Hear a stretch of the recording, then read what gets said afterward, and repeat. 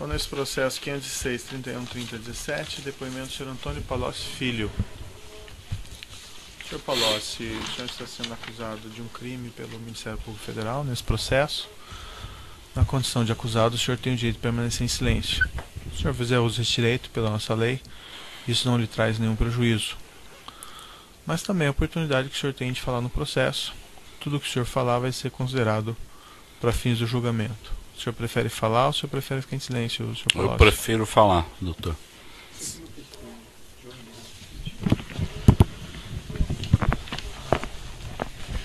Excelência, como havia sido estabelecido no início da instrução, a defesa do ex-presidente Lula apenas gostaria de saber, para melhor se posicionar ao longo da audiência, se existe algum acordo de colaboração em curso e qual seria o status, eventualmente, das negociações. O Ministério Público pode esclarecer? Pois não. Nós não temos acordo de colaboração firmado com o réu aqui presente. Ele nos procurou, nós estamos conversando, mas nós não temos nada prometido, nem assegurado, nem garantido, nem ele nos trouxe elementos de prova que estão sendo utilizados em qualquer momento. Era o que eu poderia esclarecer. Tá certo. Então, repetindo, o senhor tem esse direito ao silêncio, certo?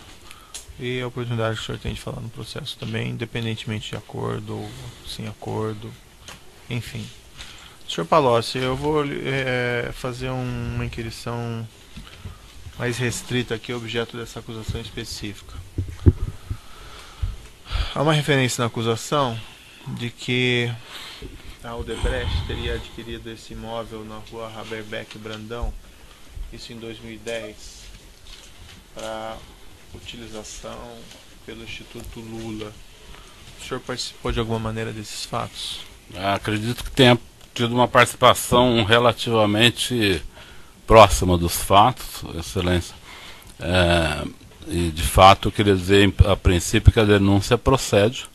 Os fatos narrados nela são verdadeiros.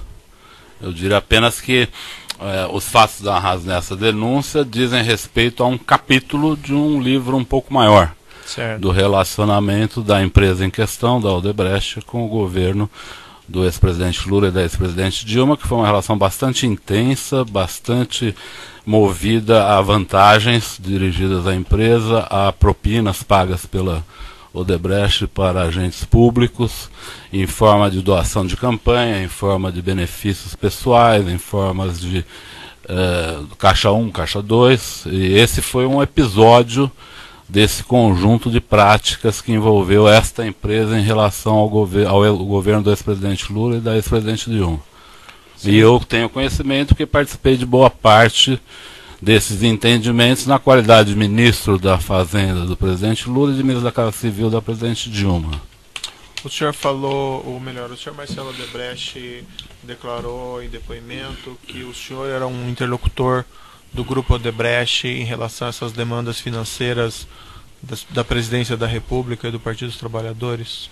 Eu não era um interlocutor de demandas financeiras, era um interlocutor da empresa para o conjunto da relação da empresa com o governo, não só assuntos relativos a contribuições da empresa, mas a metas da empresa, desejos da empresa junto ao governo. A empresa Odebrecht é a maior das construtoras do país, e ela atuava em praticamente todas as áreas mais importantes do governo. Então ela atuou desde o início do governo do presidente Lula. Eu os conheci antes do governo, eu estive com eles desde 94, quando o presidente Lula os conheceu. Em algumas oportunidades esse conhecimento se deu com a minha presença, e portanto eu me tornei amigo dos principais dirigentes da empresa, doutor Emílio Odebrecht, doutor Pedro Novis, doutor Marcelo Odebrecht, desde antes do governo do presidente Lula ter início. Então eu tratava de todo tipo de temas com eles, inclusive de temas ilícitos, inclusive. O senhor Marcelo Odebrecht, na verdade isso foi aprendido antes do senhor Marcelo Odebrecht apresentar, mas isso que foi discutido nesse processo e também no processo anterior, que é uma planilha informal do senhor Marcelo, de nome Produção Programa Especial Italiano, e que retrata aqui cerca de créditos de 200 milhões nessa planilha que teriam vamos dizer, segundo o senhor Marcelo Bahia Odebrecht, seriam valores que eram administrados com o senhor. Isso procede, não procede? O senhor pode me esclarecer? O Marcelo não falou nenhuma mentira, doutor, mas as coisas, do meu ponto de vista, ocorreram de forma diferente. Se o senhor me permitir, eu gostaria de explicar como chegamos nisso. Perfeito. Se o senhor me permitir me estender alguns minutos, pode ser? Claro. Na verdade, durante o primeiro e segundo governo do presidente Lula, as relações da Odebrecht com o governo foram muito fluidas. Tanto na área de construção civil, como na área de infraestrutura, como na Petrobras. A Odebrecht tinha uma intensa atividade na Petrobras, muitos contratos sendo realizados na Petrobras, e o relacionamento da empresa junto ao governo foi intenso, e as discussões que nós tínhamos com a empresa eram intensas. Veja, numa empresa desse porte, nem sempre a atitude do governo é de concordar com tudo que a empresa faz. Muitas vezes nós precisamos conter a força da empresa num determinado assunto que o governo quer fazer de forma diferente. No outro ponto, favorecemos a empresa num determinado momento. Não é uma relação linear. Não é uma relação permanentemente pacífica. Às vezes ela tem momentos de dificuldade. Mas a Odebrecht, em particular, tinha uma relação fluida com o governo em todos os aspectos. Diria, partindo dos aspectos de realização de projetos, assim como participação em campanhas. Certo. As participações em campanhas se davam de todas as maneiras. A maior parte com caixa 1. Mas o caixa 1, muitas vezes, originário de atitudes e de contratos ilícitos. O senhor pode exemplificar, assim, por contatos ilícitos que eventualmente geraram créditos? Diversos. Os da Petrobras, quase todos geraram crédito. Mas o senhor tinha conhecimento disso? O senhor participava disso? Não participei de todos, doutor, porque a Petrobras não era a minha área de atuação direta, mas eu conhecia a relação da Odebrecht com a Petrobras, os ilícitos da Petrobras, na área de serviços, na área de abastecimento e na área internacional eram bastante conhecidos. Na época eu os conhecia. Como é que funcionava em linhas gerais assim? Essas diretorias, elas foram nomeadas e ao longo do tempo se desenvolveu através delas.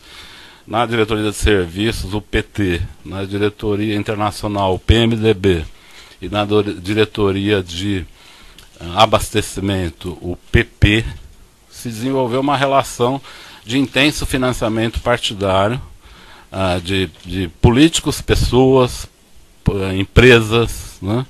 Então esse foi um ilícito crescente na Petrobras, até porque as obras cresceram muito e com elas os ilícitos.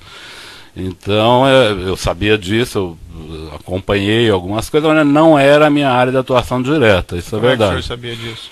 Porque eu era da cúpula do governo, então eu não posso esconder o fato de que eu participava das principais reuniões de articulação do governo. Não era a pessoa mais importante, nem a segunda nem a quinta, mas eu participava das questões centrais do governo. Então eu conhecia essas relações, conversava com o presidente Lula sobre essas relações. Por exemplo, quando o presidente foi reeleito em 2007, ele me chamou no Palácio da Alvorada e me falou, eu soube que na área de serviços e de abastecimento, a área internacional era menos nessa época, era o Nestor Cerveró, na época era menos, mas ele falou, eu soube que na área de serviço, na área de abastecimento, estava havendo muita corrupção. Eu falei, é verdade, estava havendo sim. Aí ele falou, e o que é isso? Eu falei, é aquilo que foi destinado para esses diretores, operar para o PT num caso, para o PP no outro. E ele falou, você acha que isso está adequado? Eu falei, não, acho que isso está muito exagerado. Eu falei, ele falou que estava pensando em tomar providência, ele não estava gostando porque a coisa estava repercutindo de forma muito negativa. Mas logo após veio o pré-sal. E o pré-sal pôs o governo numa atitude frenética em relação à Petrobras, e aí esses assuntos de listas de diretores ficaram para terceiro plano, entendeu? E aí as coisas continuaram correndo do jeito que era. No meu relacionamento com a Odebrecht, eu digo ao senhor, eu algumas vezes pedi recursos para a Odebrecht, para campanhas. Normalmente não foi no período que eu era ministro, porque eu pedi antes de eu ser ministro, em 2002, e em 2006 eu já não era mais ministro. Então não foi durante o período que eu era ministro. Mas no período que eu era ministro eu tive um relacionamento fluido com eles também, não escondo isso não. Esse recurso de campanha, inclusive para as campanhas presidenciais?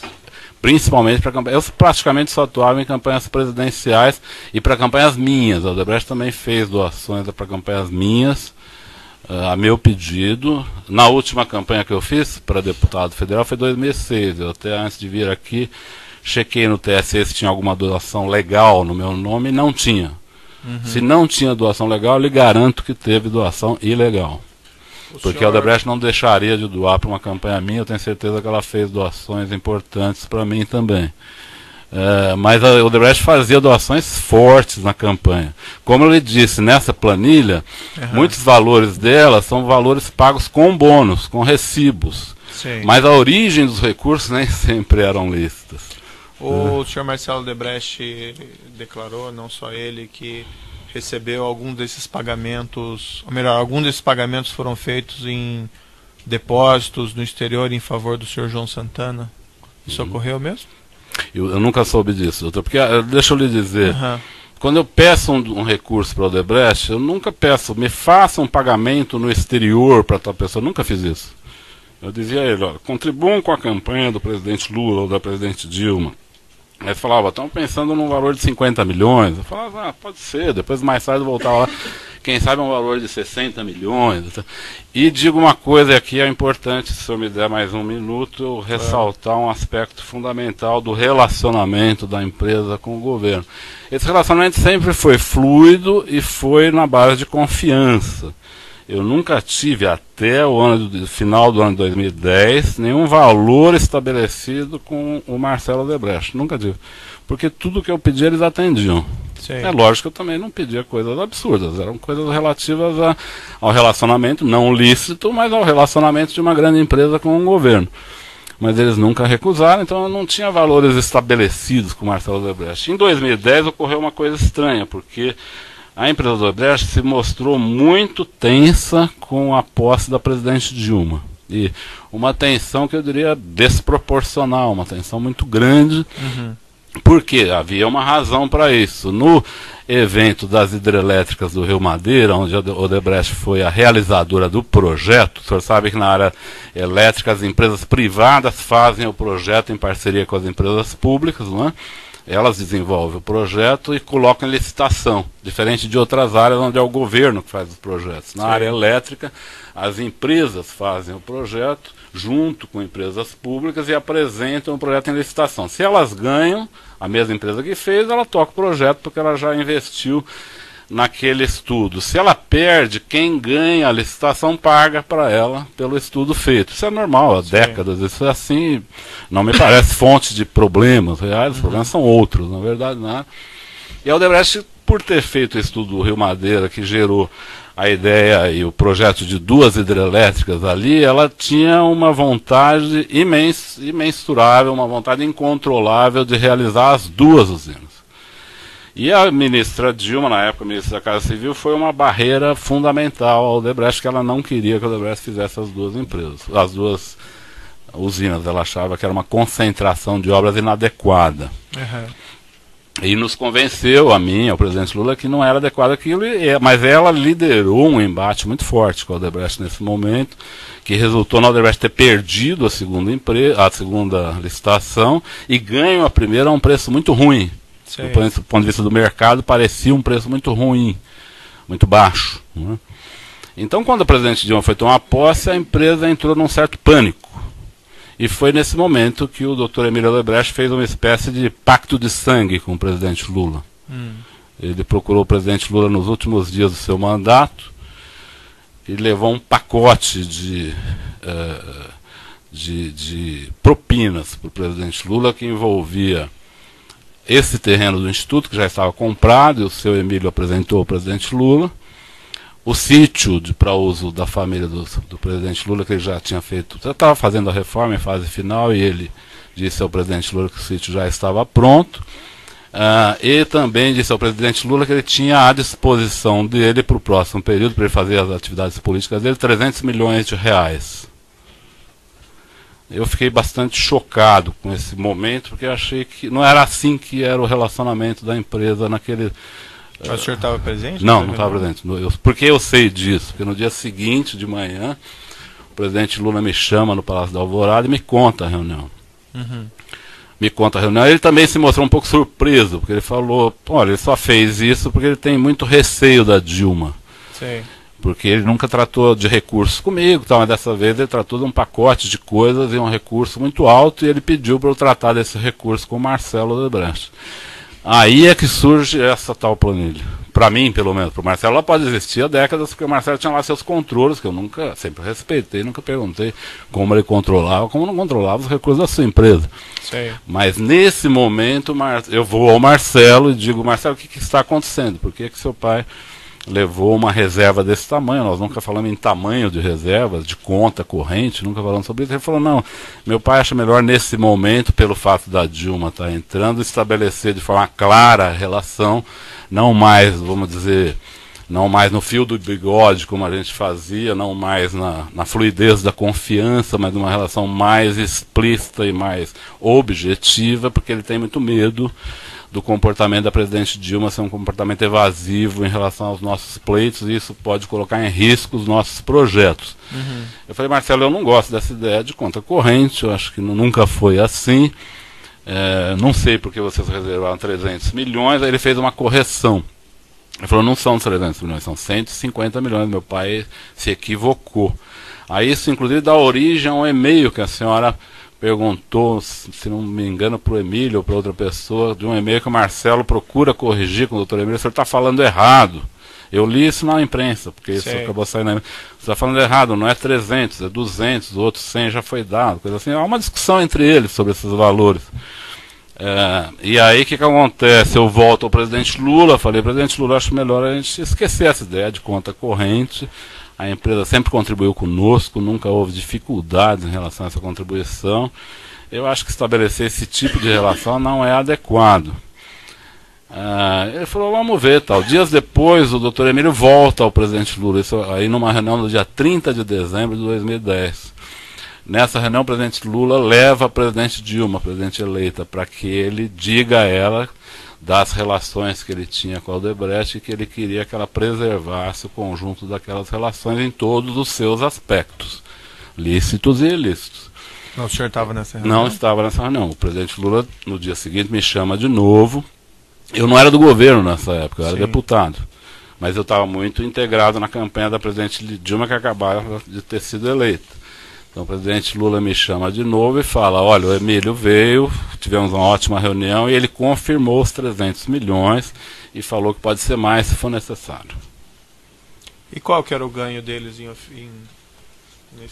oferecer 300 milhões? O ganho, não havia um ganho específico, doutor, mas o Odebrecht atuava nas hidrelétricas, o Odebrecht atuava na Petrobras, o Odebrecht atuava no Ministério da Defesa, o Odebrecht era responsável pelo projeto de submarinos. Seria um favorecimento quando surgirem oportunidades? Não era uma pauta. O doutor Emílio, nessa oportunidade, não apresentou uma pauta de desejos da empresa específica.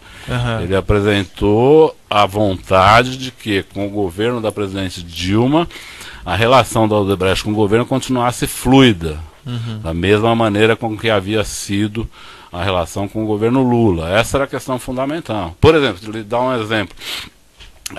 Quando o presidente Lula tomou posse, a Petrobras fez uma ação muito forte pela estatização da petroquímica, onde a Odebrecht tem uma empresa chamada Braskem, que é a principal do setor. A eleição do presidente Lula reacendia a ideia da estatização. Então a Odebrecht pediu a mim para que, junto ao presidente Lula e a Petrobras, para que fizesse uma barreira de contenção a esse movimento, porque isso poderia significar a reestatização dos serviços de petroquímica, e eu trabalhei durante 2 anos nesse projeto, com um relativo sucesso, um grande sucesso. No caso do governo da presidente Dilma, tinha uma série de questões, como submarinos, a Petrobras, as sondas da Petrobras. As sondas da Petrobras eram um momento que estavam sendo discutidas nesse período em que foi comprado esse terreno.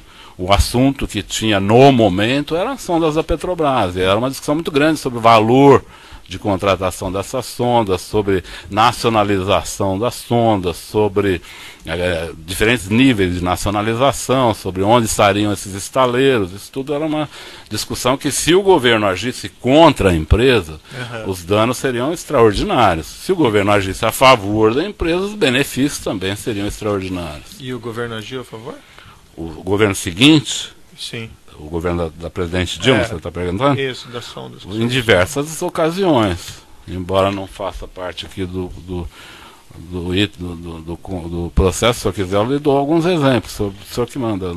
Exemplificadamente um exemplo, por exemplo. Um exemplo, por exemplo, foi na área de aviação. Por exemplo, na área de aviação, a Odebrecht desejava muito, nas concessões de aeroportos, a Odebrecht desejava muito ter um aeroporto de porte sob seu comando, na medida em que o governo privatizou os aeroportos. O senhor conhece esse processo. E na primeira leva de privatizações, onde foi privatizado o aeroporto de Guarulhos, de Campinas, Viracopos e de Brasília, a Odebrecht foi perdedora no processo. Ela perdeu os 3. Não sei se ela disputou os 3, mas ela perdeu os 3. Talvez tenha disputado 2. Ela tinha muito desejo de ganhar a licitação do aeroporto de Campinas, e ela perdeu. E ao perder essa licitação, a Odebrecht entrou com recurso contra o consórcio vencedor dessa licitação, que era a empresa Triunfo e a empresa UTC, tentando na ANAC derrubar a decisão em favor dessa empresa Triunfo, e ela se sagrasse vencedora, porque ela tinha ficado como segundo preço do aeroporto de Viracopos. E o Marcelo Odebrecht e o senhor Alexandrino me procuraram diversas vezes nessa oportunidade para que eu intercedesse em apoio a eles, porque eu que havia nomeado o presidente da ANAC nesse momento, eles queriam que eu intercedesse no sentido de mudar o resultado da licitação para que eles fossem os vencedores como segundo colocados. Como eu não fiz isso e falei que não faria, achava inadequado fazer essa mudança, eles pediram que a gente desse uma solução. Eu fui a presidente Dilma, ela disse para que eles deviam ficar calmos, que numa próxima licitação ela cuidaria desse assunto. Aí eles retiraram o recurso que eles tinham na ANAC e foram beneficiados na licitação do aeroporto de Guarulhos, no Galeão, no Rio de Janeiro. Como foram beneficiados? Houve uma cláusula nessa licitação que impedia o vencedor da licitação de Cumbica de participar do aeroporto do Galeão, em condições livres. E isso foi colocado por solicitação da Odebrecht, então? Foi colocado por solicitação da Odebrecht, e eu tive participação nisso atrás, antes de sair do governo, e depois isso foi realizado Isso veio à tona de alguns formatos, talvez não nesse formato que eu estou lhe expressando, mas recentemente o Cláudio Melo da Odebrecht falou que o ex-ministro da Aeronáutica, o ministro... que é atual ministro. Mas acho que a gente não vai entrar em detalhes nessas outras. Mas só para lhe dizer, continuou. Diria ao senhor que a relação da Odebrecht no governo da presidente Dilma não foi tão fluida como era com o presidente Lula. O presidente Lula era um amigo da empresa de forma mais intensa. Mas essa relação foi grande. Por exemplo, no caso do etanol, a empresa investiu bilhões em etanol no governo do presidente Lula, porque o governo do presidente Lula era grande incentivador do etanol. A presidente Dilma já não foi incentivadora do etanol. Perfeito. Só para lhe dar alguns exemplos. Eu não vou entrar em detalhes, coisas assim que não são tão pertinentes nesse processo, mas uma questão eu tenho que perguntar para a verificação, porque o senhor Marcelo Odebrecht declarou isso. Ele mencionou que na época da aprovação do refis da crise, em 2009, teria recebido uma solicitação de 50 milhões de reais, salvo engano, para que os interesses da Odebrecht fossem atendidos na aprovação dessa legislação. Mencionou, salvo engano de memória meu, que essa solicitação teria vindo do ministro Guido Mantega, mas que o senhor teria conhecimento disso. É verdade. Isso aconteceu mesmo? Aconteceu. Se o senhor me permite... Desculpa lhe ocupar tanto tempo. Não, que é isso. No caso, teve 2 episódios. O episódio começou com a MP 460, A MP 460, eu acho que o senhor conhece esse assunto, ela Sim, dava, crédito ela prêmio. restabelecia o crédito prêmio. Aí o ganho das empresas não seriam de alguns bilhões, seriam de dezenas de bilhões. E aí um grupo liderado pelo Marcelo Odebrecht, onde tinha também Benjamin Steinbuch, Rubens Ometo, a Votorantim, todas as grandes exportadoras do Brasil, foi ao Congresso pedindo para a gente restabelecer esse crédito prêmio DPI. Eu havia lutado contra esse crédito prêmio junto com o ministro Luiz Fux, que na época que eu era ministro da Fazenda, o ministro Luiz Fux era ministro da STJ, ele era relator desse caso e ele nos ajudou a não dar ganho de causa para o contribuinte nesse caso, que o imposto já tinha sido extinto. Sim. Já tinha sido extinto. Eles queriam o restabelecimento do imposto extinto.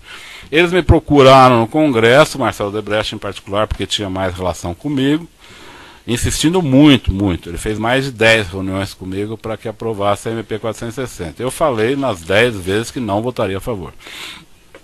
Essa MP foi votada, nós votamos, nossa bancada votou contra. Eu digo, doutor, eu não sou contra a negociação com empresas, mas claro, nesse caso me pareceu escandaloso, uma coisa absurda. Eram 200 bilhões envolvidos. Né?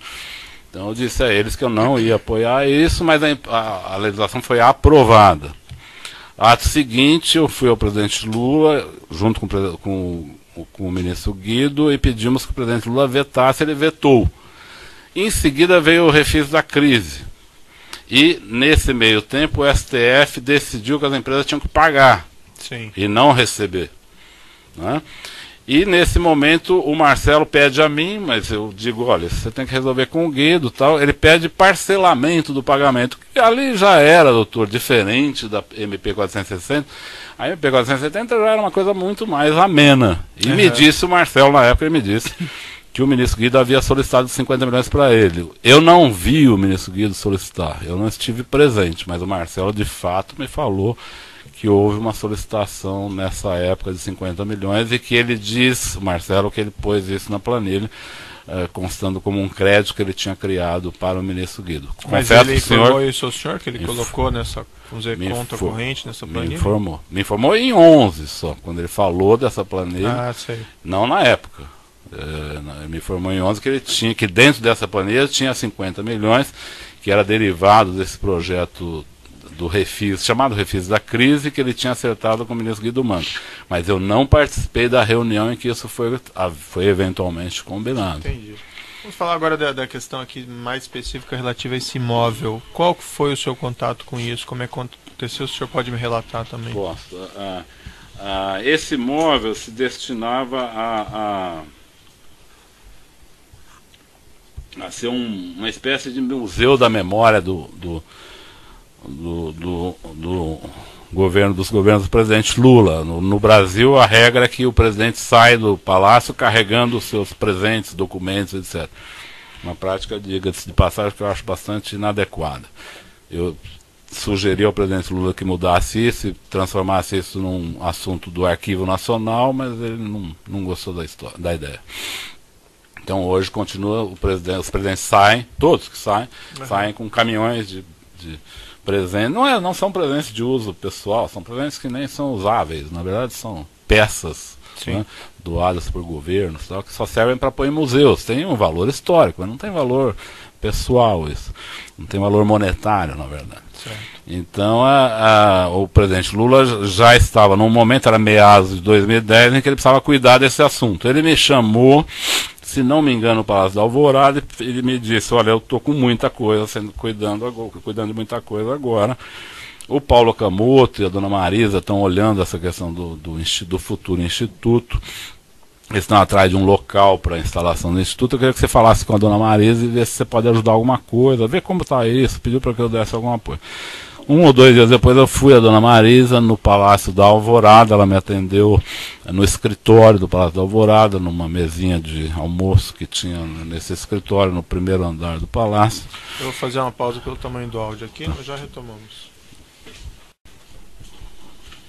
Então, nessa ação penal 506, 31, 30, 17, continuidade do depoimento do senhor Antônio Palocci Filho. Senhor Palocci, o senhor estava relatando então esse encontro que o senhor teve no Palácio com a do Dona Alvorada? Marisa. Dona Marisa, então, eu falei para ela que o presidente Lula tinha pedido para eu atendê-la e ver se podia ajudar alguma coisa. Ela me relatou que o Lula estava com muito pouco tempo e ela queria agilizar a busca de um local porque ela estava vendo, já ela estava no Alvorada, onde estavam todos esses bens, que ia sair de lá caminhões com esses bens e ela ia ter que lidar com isso. E disse para mim nesse dia que o senhor Bunlai, José Carlos Bunlai, que era amigo da família, e o senhor Roberto Teixeira, que também é um advogado amigo da família, estavam cuidando desse assunto. Falei, ok, se precisar de algum apoio, eu estou à sua disposição, tudo. E voltei ao presidente Lula. Conversei com ele de novo, falei, escuta, mas como que o senhor está pensando? Ele falou, não sei, eles estão achando um local, vão ver uma forma de fazer. Tudo. Dias depois, o doutor José Carlos Bunlai me procura.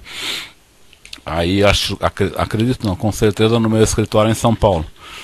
E ele me conta a história, a mesma história, que ele estava junto com o Roberto Teixeira buscando um local para instalar o futuro Instituto Lula, que estava entre dois locais, uma concessionária e esse prédio que o senhor citou. Não é um terreno, muita gente fala terreno, não é terreno, é um prédio. Sim, É um imóvel, é um prédio. Estava entre essa concessionária e esse prédio. E que ele iria cuidar disso, e que ele me pediu apoio junto ao Marcelo Debrecht para que o Marcelo ajudasse a pagar esse prédio. Eu fiz uma série de perguntas para ele na época. Eu falei, olha, o presidente Lula tinha pedido para eu acompanhar tudo, mas eu não estou entendendo o que vocês estão fazendo, porque o Instituto não vai ser feito para poder receber doações de empresas e por aí a gente, vamos dizer, pintar de cores melhores doações lícitas e eventualmente até ilícitas, confesso. Não é para isso que nós estamos fazendo esse instituto, então por que vamos inaugurá-lo já com uma ilegalidade desse tamanho, com uma fratura exposta desse tamanho? Vocês vão comprar agora, em nome de vocês? Ele falou, não tem problema, porque meu sobrinho, que chama Glauco Costa Marques, ele está cuidando de imóveis para mim, ele está nesse momento acertando um imóvel do presidente, que é vizinho do apartamento do presidente em São Bernardo, então ele vai fazer a aquisição desse outro imóvel, depois a gente vê como faz com o Instituto. Então. Eu voltei ao presidente Lula, eu ouvi, eu não quis desrespeitar a iniciativa do Dr. Bunlai, que é uma pessoa que eu tenho boa Essa relação. conversa o senhor teve com o Bunlai e com mais quem? Só eu e o Bunlai. Só eu e o Bunlai. Aí eu voltei ao presidente Lula e falei, presidente, do que se trata esse apartamento? Eu nunca tinha ouvido falar dele. Aí ele me explicou que era um apartamento que a segurança do presidente tinha alugado, que era vizinho do apartamento dele, a segurança tinha alugado por motivos de segurança presidencial, e que ele gostou daquele apartamento, que ali ele era um andar com 2 apartamentos, para ele, que ele tem 5 filhos, para ele ficaria melhor, ele estava pensando em comprar esse apartamento. Essa informação que ele me deu apenas. Aí eu voltei a falar com ele sobre o prédio do Instituto, eu falei da minha conversa com o Mulay e falei, olha, eu estou preocupado, eu não gostaria de fazer desse jeito. Acho que o senhor está fazendo um instituto para receber doações e fazer sua atividade, não sei por que procurar agora um terreno, por que não esperar receber, não tem problema nenhum receber uma doação da Odebrecht, mas que seja formal, né? Ou pelo menos que ela seja revestida de formalidade, né? Eu até comentei com ele nesse dia, nosso ilícito com a Odebrecht já está monstruoso. Se nós fizermos esse tipo de operação, nós vamos criar uma fratura exposta desnecessária. Ele, vamos ver, tal, a coisa. Aí o Marcelo Odebrecht me procura dias depois. Não teve conclusão minha conversa com o presidente. Aí me procura o Marcelo Odebrecht. Marcelo Odebrecht me procurou um pouco preocupado também. Ele falou, olha, tá em curso essa compra. Eu estou achando estranho. Eu tinha falado já uma vez para o Marcelo que ia ter o instituto, que ele deveria ser um doador. Eu já tinha tido essa conversa com ele, mas pensando em 2011, 12, né? Ele concordou, ele disse que tinha feito doação para o Instituto Fernando Henrique, que faria também para o Lula. Normal, uma conversa normal. E aí o Marcelo veio com uma certa preocupação. Ele falou, olha, já estou tentando fazer aquela contribuição, mas tem o Dr. Roberto e o Dr. Bunlai já estão adquirindo o prédio, pediram para que eu fizesse o pagamento. Eu queria ver com você, o que você acha. Não não tinha conversa dessa planilha ainda, você entendeu? Aham. Foi uma conversa mais do que eu achava, essa planilha vai aparecer uns meses depois, na verdade. Aham. Aí eu voltei ao presidente Lula e falei, olha, tá acontecendo isso, né? Mas a Marisa quer assim, não sei o que, vê o que você pode fazer. O Marcelo voltou a falar comigo, foram várias reuniões isso, né? O Marcelo voltou a falar comigo, eu falei, Marcelo, olha, se eu fosse você, eu doava para o Instituto esse dinheiro e deixasse o Instituto comprar. Eu acho que você não deve fazer diferente. Ele falou que tinha tentado fazer isso e que o Paulo Camoto, presidente que viria a ser presidente do Instituto, disse que o Instituto não estava pronto para receber a doação. Eu falei, se ele não está pronto para receber a doação, não está pronto para receber um terreno também. Ele falou, o terreno não vai ser entregue ao Instituto agora. Eu falei, então não compre, porque nós vamos criar um problema. Quer dizer, ele falou, mas há muita pressão para que seja comprado do meu pai, ele falou do pai dele. Uhum. Eu só fui entender depois, porque havia pressão, porque o pai dele queria levar o pacote do pacto do final do ano para o presidente Lula, então ele tinha que ter esse terreno. Tinha que ter o terreno, tinha que ter o sítio, tinha que ter os recursos. Na época eu não estava entendendo a pressa. Aí eu sugeri ao Marcelo, então faça o seguinte, compre o terreno, ou o prédio, e quando o Instituto for instalado, você doa o prédio.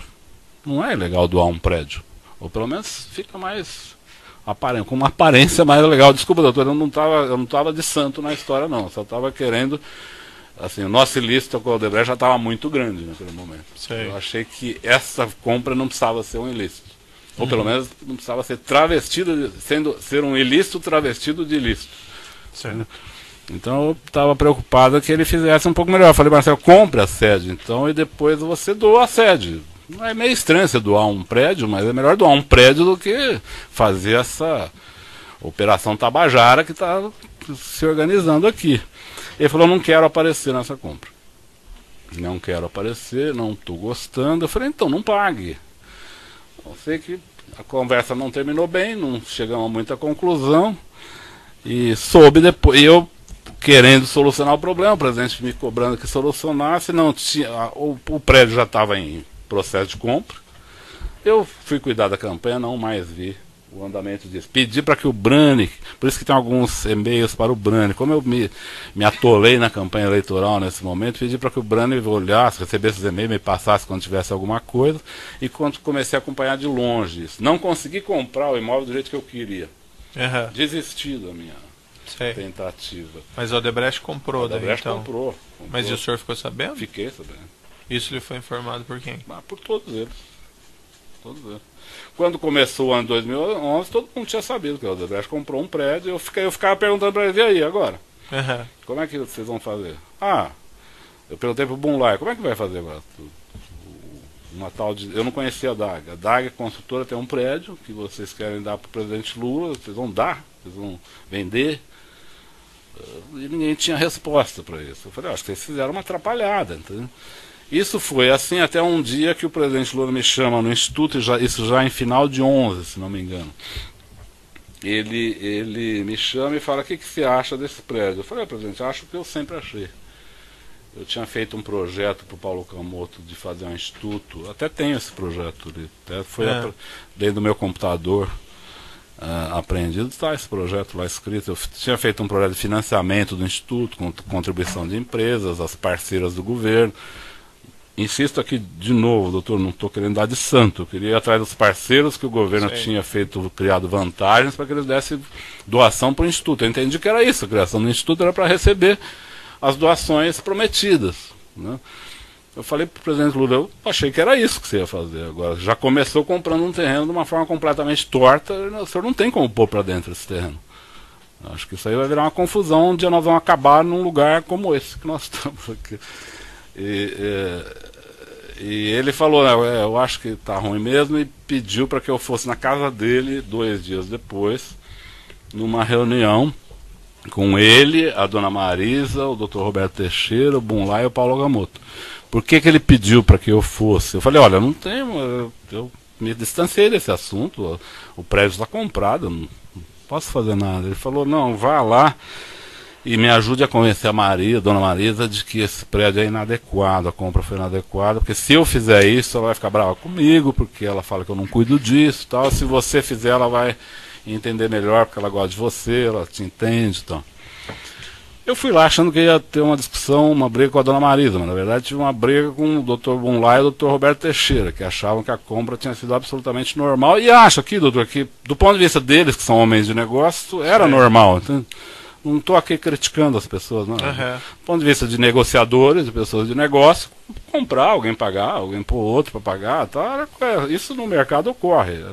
Mas no conjunto era um ilícito grave aquilo. No conjunto, considerando a pessoa do presidente Lula, o governo, o Odebrecht, o Instituto Lula, aquilo era uma fratura exposta, era um convite à investigação. Né? E como é que as coisas... Aí a reunião andou mal, foi muito ruim, mas a dona Marisa, eu quero ser honesto com o senhor, não fez nenhuma exigência, ela concordou na hora e achou que devia dispensar esse prédio, por isso esse prédio foi dispensado. E aí como é que ficou? O Odebrecht pagou pelo prédio e daí não ficaram com o prédio, e daí como é que... Aí eu soube depois pelo Marcelo. O Marcelo me falou, ele estranhou, que não quiseram. Eu fui a ele, falei, olha, eu até falei para ele, desculpa, mas eu participei da decisão de não querer esse prédio, porque ele está, vamos dizer, bichado, né, do ponto de vista de licitude. Né? Não tem como. Ele falou, então eu vou pôr a OR, uma parte da Odebrecht imobiliária, para tentar outras alternativas, vou ver um jeito de repor esse dinheiro. Não é? E vamos ver se a gente arruma outra alternativa. Ele reagiu com naturalidade. Tá? E foi isso. Nesse processo, embora o senhor tenha feito esse relato, nesse processo tem alguns documentos aqui, eu só gostaria de indagar rapidamente ao senhor sobre eles. Ou antes, o senhor Branislav Conti, que o senhor mencionou, era seu espécie meu secretário? Ele, na época ele trabalhava comigo no Congresso Nacional. Sei. E ele, qual que era o grau de conhecimento que ele tinha dessa? Aí, doutor, vou ser bastante sincero, assim como não fui econômico em dizer quem fez o que, não vou ser econômico em dizer quem não fez. E eu diria que duas pessoas, das pessoas acusadas nesse processo, não têm nenhuma responsabilidade no que ocorreu. Uma delas é o Branislav. Tudo que tem o nome do Branislav, o senhor pode pôr meu nome em cima, porque era coisa minha. Era coisa que eu pedi para ele receber um e-mail, me passar um e-mail para o Marcelo, coisa apenas de transmissão de mensagem, de me alertar sobre uma coisa importante, porque eu estava numa campanha eleitoral, viajando para 3 estados no mesmo dia. Então eu pus ele de plantão para ver outros problemas que não da campanha, que ele administrava e me alertava. É só isso que ele fez. Então, no nome, onde está Brani, pode pôr Antônio Palocci, por favor, porque corresponde à verdade. E a segunda pessoa que também não cometeu nenhum ilícito nisso foi a dona Marisa. A dona Marisa, acho que merece ser considerada, não pelo fato dela não estar mais aqui, mas também pelo fato de que ela não fez nada de errado. Ela queria apenas buscar uma solução para o problema. Agora, nós todos os demais, eu digo nós, eu me incluo, fizemos uma operação bastante o senhor Branislav não sabia condenável. que havia esses acertos ilícitos entre ele nem tinha o ideia. Odebrecht e o presidente Lula? Ele nem tinha ideia. Não? Ele não participava de nenhum nível de decisão. Ele não participou, por exemplo, de nenhuma das reuniões minhas com o Marcelo. Ele sabia, o Marcelo lhe procurou, o Marcelo lhe mandou uma planta, Marcelo quer falar com você. Eu deixava, porque eu estava no meio de uma campanha. Quando ele falava, Marcelo está muito nervoso, precisa falar hoje, aí eu atendia, era assim. Em campanha é um pouco assim, quer dizer, o senhor espera uma ligação vir 10 vezes, quando a pessoa começa a apelar, o senhor atende. É meio um pouco isso. Eu tive meu telefone desligado na campanha, eu liguei na companhia, ela falou, seu telefone foi clonado porque o senhor, ele falou em 5 estados hoje. O fato é que eu tinha estado em 5 estados naquele dia. Então é um pouco assim, só para o senhor entender o contexto de uma situação de campanha e o trabalho do Brani. O Brani apenas me alertava, me procurava, tal. Ele sequer tinha, eu acho que ele nem sabia que isso era destinado ao Instituto Lula. Perfeito. Tem um e-mail nos autos, que é no evento 1, anexo 230, que é um e-mail do Sr. Marcelo Bael Odebrecht, em 22 de setembro de 2010, para o Sr. Branislav, e na maneira como o senhor mencionou, ele encaminha documentos que são direcionados ao senhor. Então ele fala, preciso mandar uma atualização sobre o novo prédio para o chefe amanhã, qual a melhor maneira. E nesse documento também, já no anexo 1, evento 1, anexo 229, tem um texto aqui mais longo do Marcelo, e esse aparentemente estaria destinado não ao senhor Brani, mas, pelo menos segundo o Ministério Público, ao senhor consular. Chefe, referente ao prédio, eu vou lhe mostrar aqui, peço o senhor dar uma olhadinha nos documentos. Os primeiros são os e-mails, esse é o texto. Esse aqui? Isso, que começa... Não, ali começando, certo? No início lá. Referente ao prédio de ou para a quinta. Vamos fazer conforme orientado. Mas gostaria de compartilhar o cenário risco abaixo com você. O risco não vai ser ficar enrolado. Esse e-mail eu li. Esse e-mail eu li, não. Certo. E fez parte desse período, doutor, Excelência, que eu estava conversando com o Marcelo, e ele preocupado e eu preocupado também, com um imóvel que estava sendo adquirido de forma inadequada, um imóvel inadequado com sócios que estavam numa situação pendente, com pendência junto à prefeitura. Era tudo isso que tinha. Ele queria que eu desse, de fato, o Marcelo queria que eu desse um aval para ele fazer o pagamento. Eu falei, Marcelo, você faça o que você achar que deve. Eu estou achando que isso aqui é Tabajara 7 Cruzes, entende? Agora, assim, falei para ele também, você é conhecido do lado do presidente Lula como alguém que dificulta as coisas também. Você vai ficar, nós vamos ficar culpados se não acontecer. Você decide o que você acha. Eu insisti, eu acho que ele devia depositar esse dinheiro no Instituto Lula. Ele falava, não tem Instituto Lula, espera ter. Espera ter e fala, estou aqui com 12 milhões para doar para a sede do Instituto, anuncia no jornal isso. Não é? Quer dizer, você não quer fazer através do Instituto aparecer uma relação já que já está bastante comprometida, já tem muito ilícito, na verdade. Então o senhor se recorda dele ter alertado, dele ter alertado que esse imóvel estava todo enrolado juridicamente? Recordo.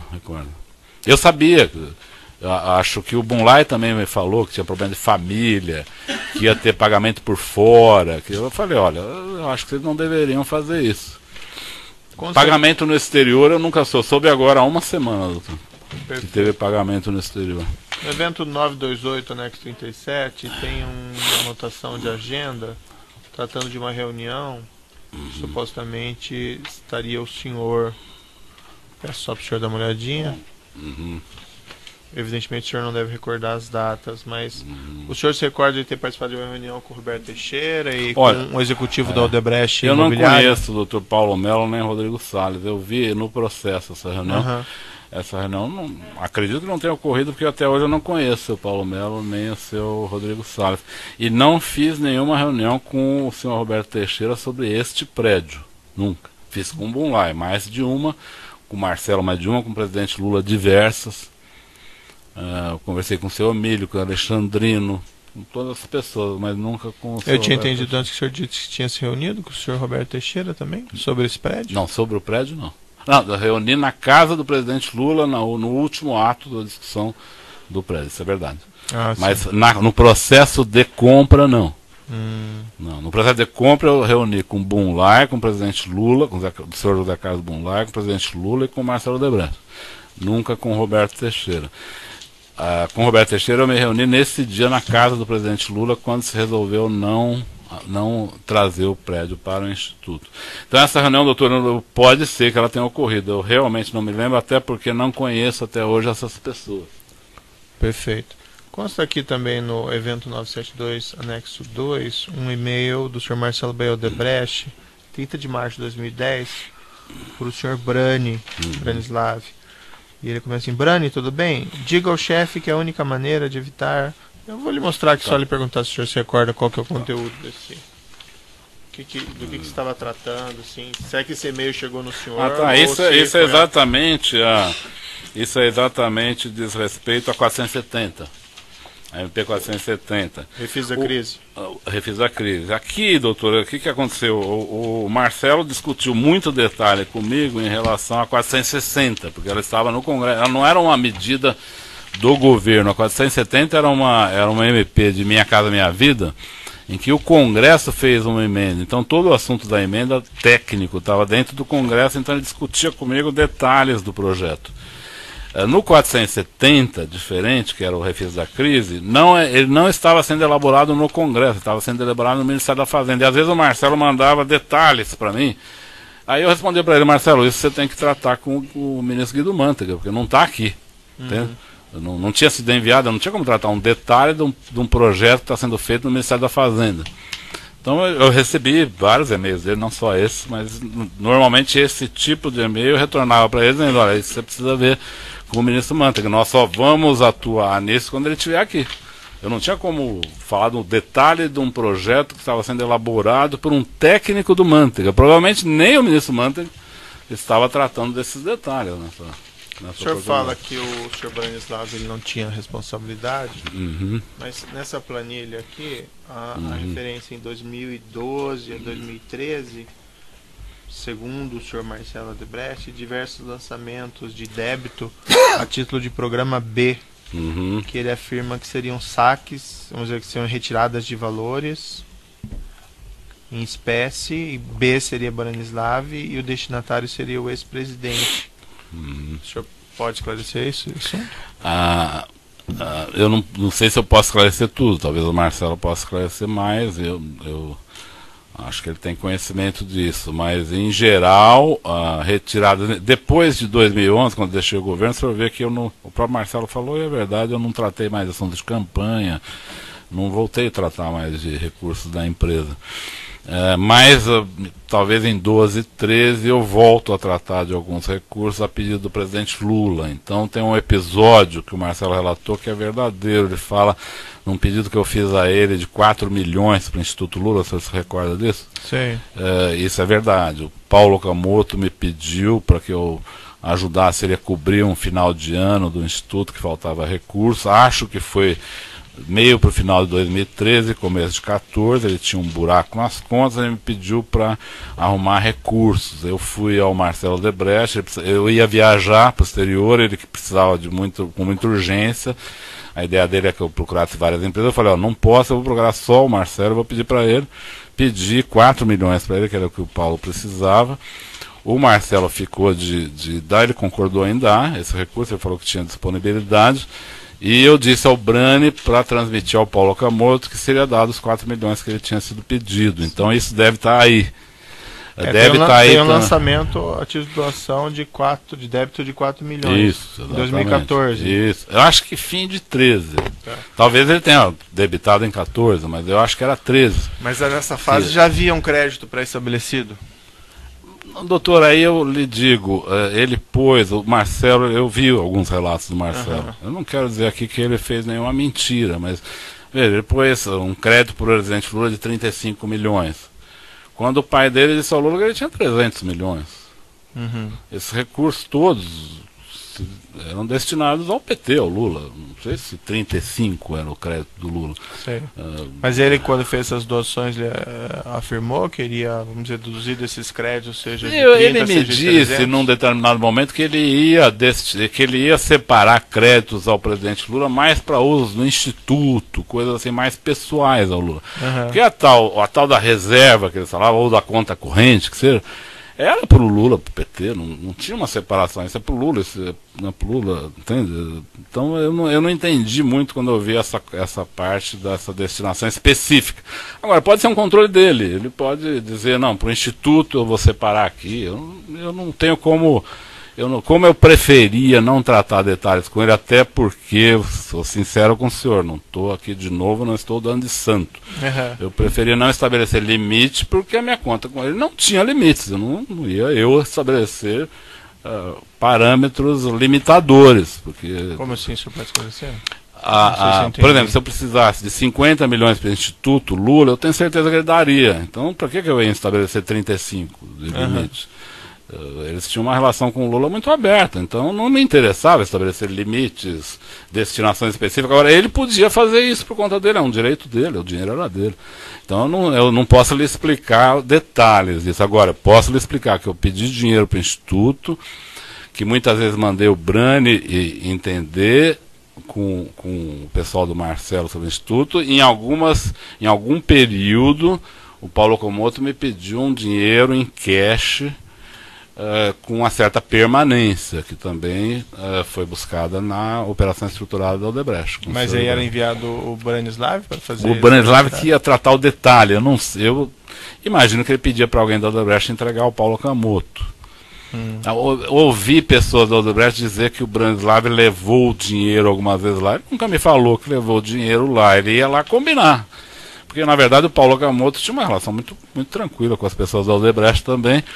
E ele o Paulo Okamoto pediu várias vezes durante uns 3, 4 anos para que eu arrumasse recursos em cash para o Instituto. Eu até, de novo, perguntava a ele, olha, o Instituto não serve para formalizar doações, só por que vamos pôr recursos em cash? Ele fala, não, tem algumas necessidades mais particulares assim que nós não queremos contabilizar. Eu ajudava dessa maneira. O Ministério Público faz uma afirmação, eu queria voltar num tema atrás que o senhor falou lá da corrupção na Petrobras, que o senhor afirma que tinha conhecimento. O Ministério Público faz uma afirmação que na diretoria de serviços o senhor Renato Duque seria, vamos dizer assim, o executivo responsável por esses acertos. O senhor tinha conhecimento disso na época?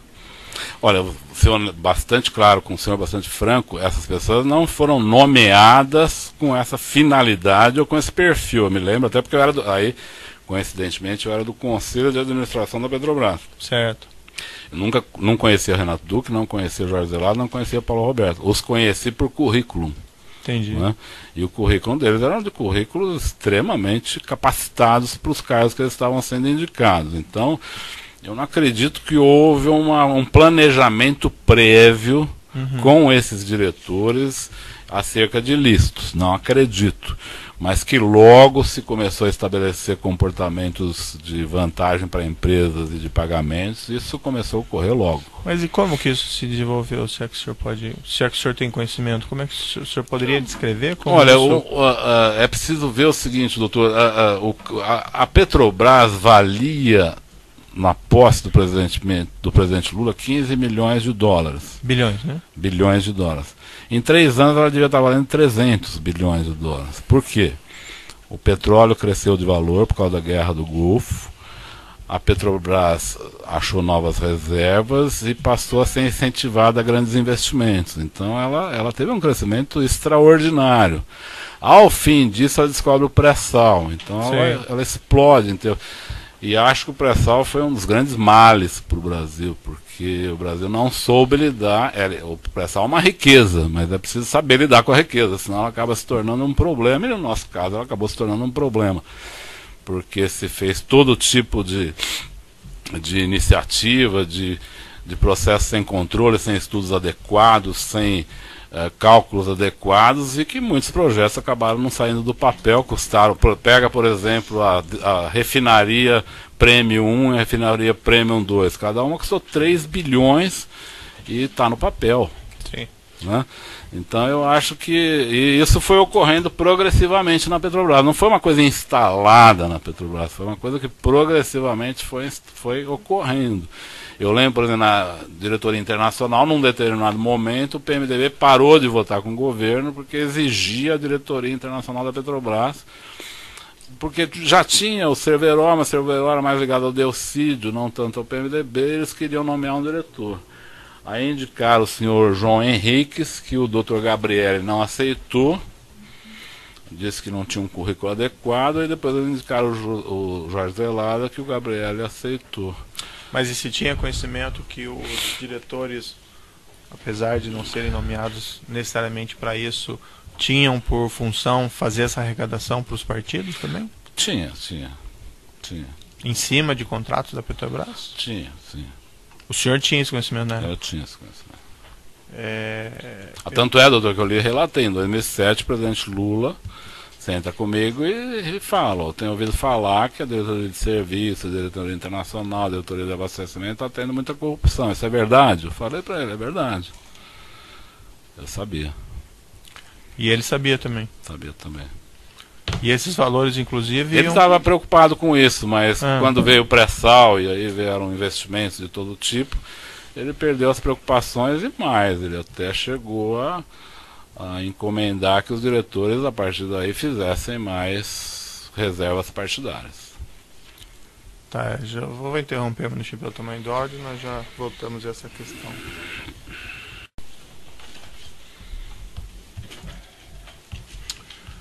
Então, nessa ação penal 506-31-30-17, continuar depoimento do senhor Antônio Palocci Filho.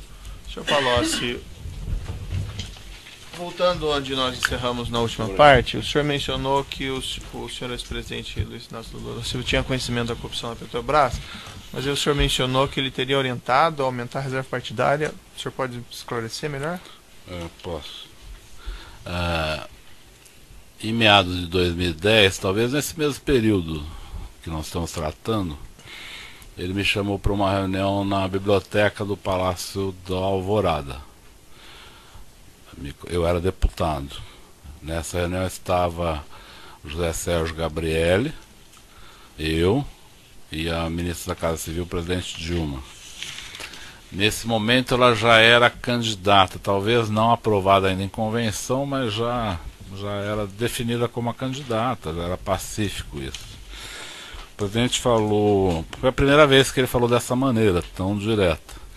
Mas ele falou, olha, eu chamei vocês aqui porque o pré-sal é o passaporte do Brasil para o futuro, é o que vai nos dar combustível para um projeto político de longo prazo no Brasil. Ele vai pagar as contas nacionais, vai ser o grande financiador das contas nacionais, dos grandes projetos do Brasil.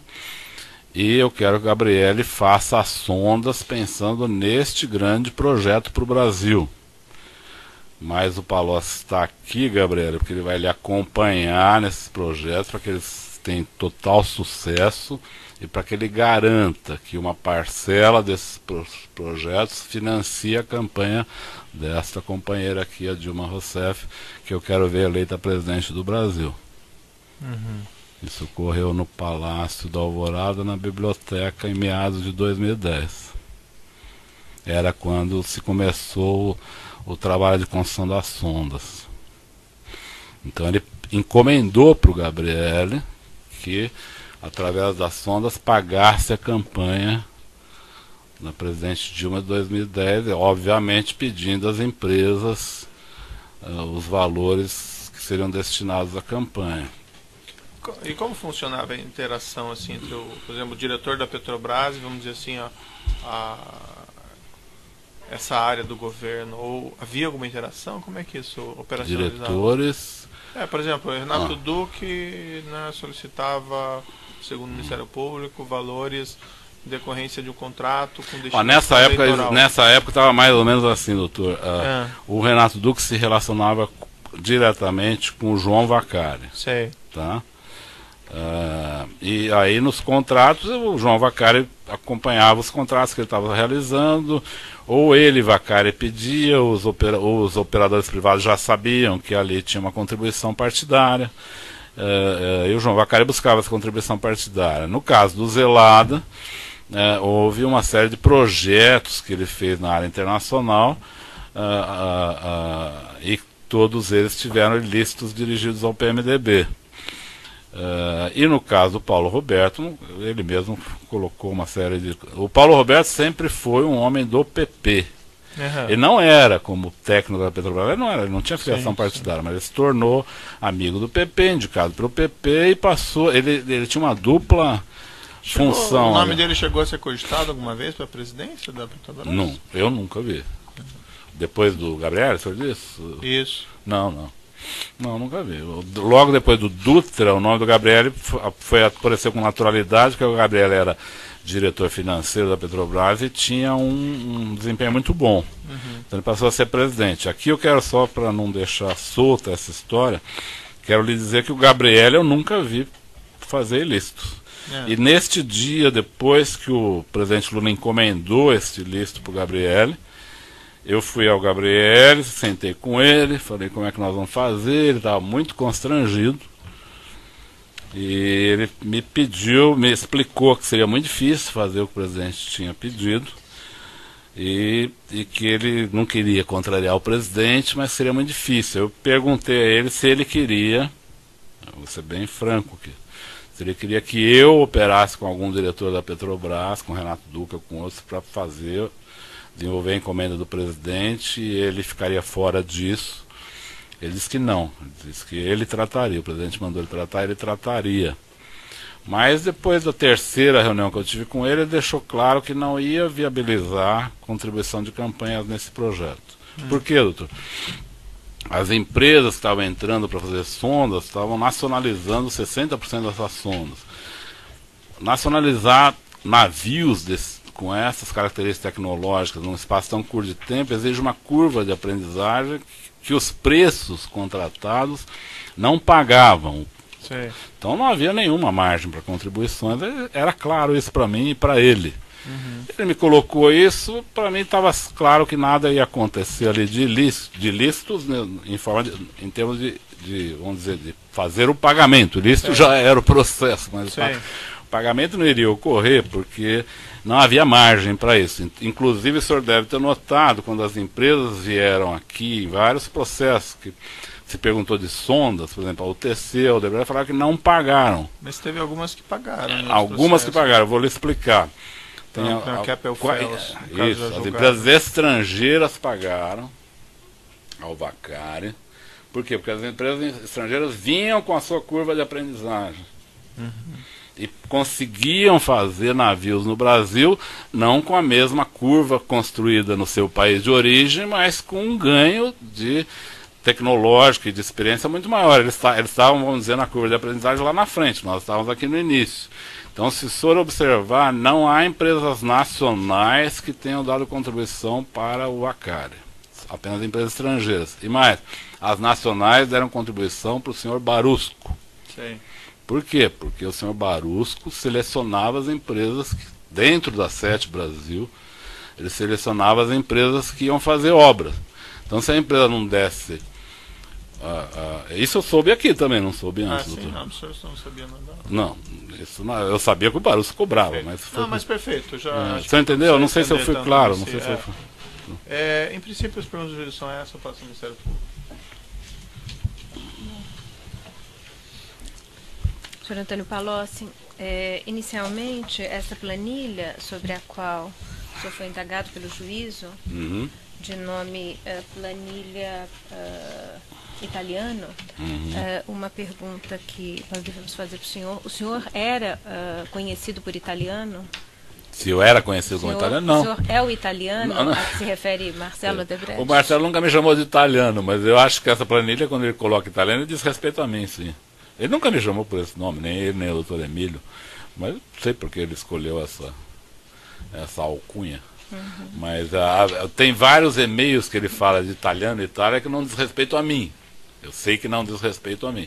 Pode dizer respeito a outras pessoas. Mas a planilha eu acredito que sim, porque boa parte do que é tratado nessa planilha são assuntos que eu tratei com ele.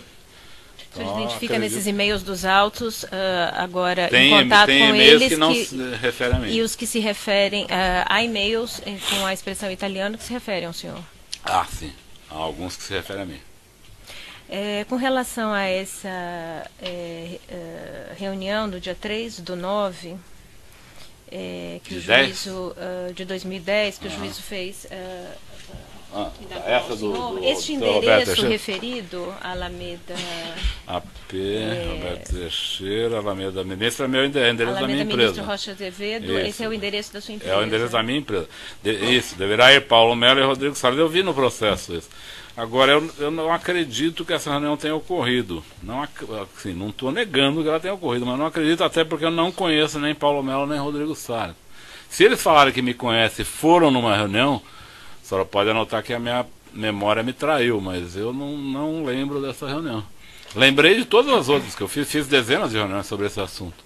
Mas essa eu realmente não me lembro. E acho estranho, veja, toda reunião que a senhora vê aí no processo, toda reunião que marca comigo, tem ou o Brani ou a Rita, minha secretária, marcando a reunião também.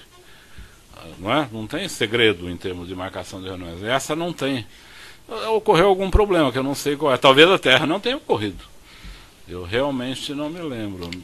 Se a senhora tiver a razão que lhe leva a perguntar, se eu puder esclarecer de outra maneira que não seja a reunião, eu estou totalmente à sua disposição. Eu não quero esconder nada, mas eu realmente não me lembro dessa reunião e não me lembro de ter conhecido Paulo Melo ou Rodrigo Salles. E com relação a Demerval Guzmão, o senhor esteve com ele? Nunca ouvi. E com relação à aquisição em nome da empresa DAG? Foi o Marcelo que me falou que faria assim. Por que ele me falou que faria assim? Ele falou, porque foi quando eu propus a ele, não faça em nome do primo do Bunlai, não tem nada a ver, quer dizer, nós vamos ter um problema depois. A Odebrecht vai estar comprando um prédio em nome do primo do amigo do presidente, que depois vai ser passado para o presidente. Isso aqui está virando uma confusão primária. Aí o Marcelo falou que não faria em nome do primo do Bunlai, mas que faria em nome de um amigo dele, que tinha uma empresa, tudo. Eu não conhecia DAG ou Demerval, mas ele falou esse nome, ele falou na época. Foi nesse momento que eu falei, por que você não compra pela Odebrecht? O prédio doa o prédio. A Odebrecht doa o prédio para o Instituto depois. Não vejo. Não é o melhor, seria melhor doar recursos, mas pode doar um prédio, não é ilegal. A ilegalidade estava antes, não estava ali. Mas ele falou nesse momento, ele falou que não queria pôr o nome da Odebrecht nesse projeto. Foi o que ele me disse. E com relação à questão do apartamento comprado em nome de Glaucus, tá. O seu conhecimento, que o senhor já relatou, poderia explicar? Eu tive 2 episódios que me falaram desse apartamento, não mais. Um foi o Bunlai. Quando o Bunlai me falou que ia pôr esse prédio em nome do primo dele, ele me explicou essa presença do primo, que eu nunca tinha ouvido falar. O senhor Glauco Costa Marques, que eu não conheço também, mas ele me falou que ia pôr em nome desse primo, porque ele já estava ao mesmo tempo cuidando de outros assuntos imobiliários, inclusive do apartamento vizinho do presidente, coisa que eu nem sabia o que era. Quando eu voltei ao presidente, perguntei a ele, que história é essa do seu apartamento vizinho, que o primo do Bunlai falou que está comprando? Ele falou, não, esse apartamento a segurança da presidência da República está alugando por razões de segurança. Me pareceu uma coisa normal isso. Mas eu estou gostando da ideia de ter esse apartamento, eu vou tentar comprá-lo. O presidente Lula me falou isso em 2010. Nunca eu vinculei essa compra com esse processo. Isso na minha cabeça não tinha. O senhor sabia que esse imóvel estava em nome de Glaucus da Costa Marques? Esse imóvel vizinho? Sim. O Bunlai me falou que era ele que ia viabilizar a compra. O senhor soube a forma como foi pago? Não. O senhor soube se com relação a um valor mencionado no processo, a uma transferência de R$800 mil a Glaucus da Costa Marques? Isso. O senhor teve conhecimento não, desse tive fato? pelo processo. Antes eu não tive. Repito a senhora, o Bunlai me falou dos 2 prédios ao mesmo tempo, por isso eu supus que tinha alguma relação. Ele falou, meu primo está cuidando de assuntos imobiliários, meus, do presidente, do instituto, porque ele cuida de assuntos imobiliários, ele está inclusive resolvendo o problema do apartamento de São Bernardo, que eu não sabia o que era, e do terreno, ou do prédio. Aí eu perguntei para o presidente Lula, que apartamento é esse de São Bernardo? Ele me contou, é o meu vizinho, que a segurança da presidência da República alugou por razões de segurança, mas que eu, como tenho 5 filhos, e aí o apartamento do presidente é pequenininho, né? Apesar de ser uma cobertura em São Bernardo, é pequeno. Então ele achou que ele estava pensando em comprar esse outro para ter um espaço melhor ali. Me falou que estava com intenção de comprar. Dias depois que o Bunlai tinha me dito que o Costa Marques estava tentando viabilizar a compra desse apartamento. Isso é o que eu sei. Agora, que uma coisa tinha relação com a outra, eu não sabia. Eu só soube porque ele me falou ao mesmo tempo. Mas a questão de pagamentos eu nunca acompanhei.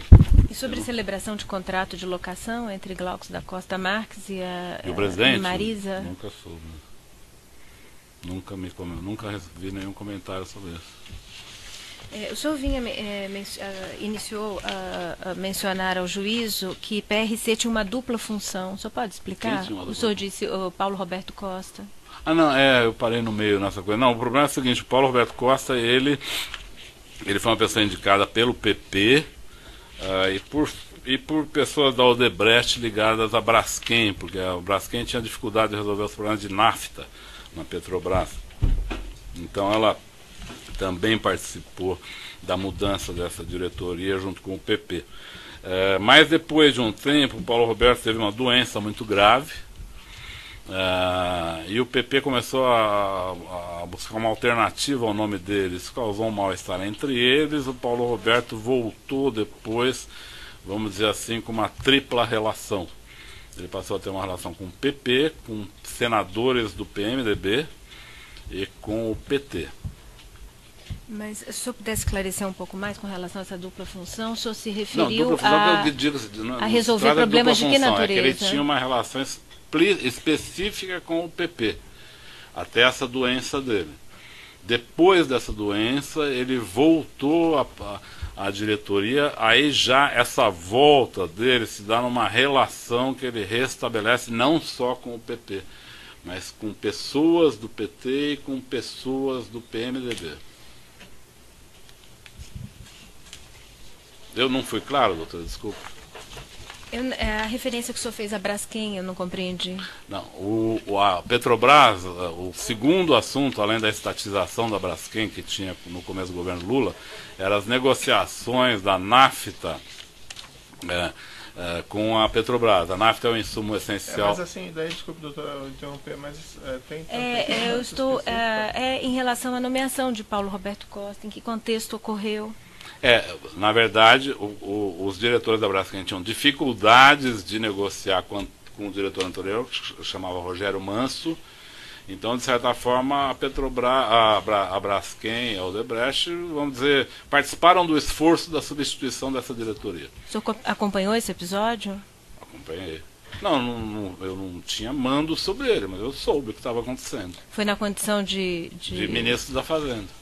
E de integrante do Conselho de Administração da Petrobras também? O senhor esteve no Conselho de Administração da Petrobras em que período? De começo de 2003 até março de 2006. Então o senhor participou dessas nomeações no âmbito da Petrobras? De Paulo Roberto Costa, de Renato Duque? Também.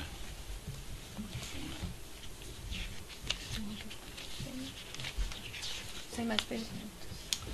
Eu vou seguir aqui na ordem alfabética da denúncia, então eu passo primeiro a palavra para o Branislav Contica, a defesa. A defesa de Demerval Guzmão. Sem perguntas. A defesa de Glauco Costa Marques. A defesa de Luiz Inácio Lula da Silva.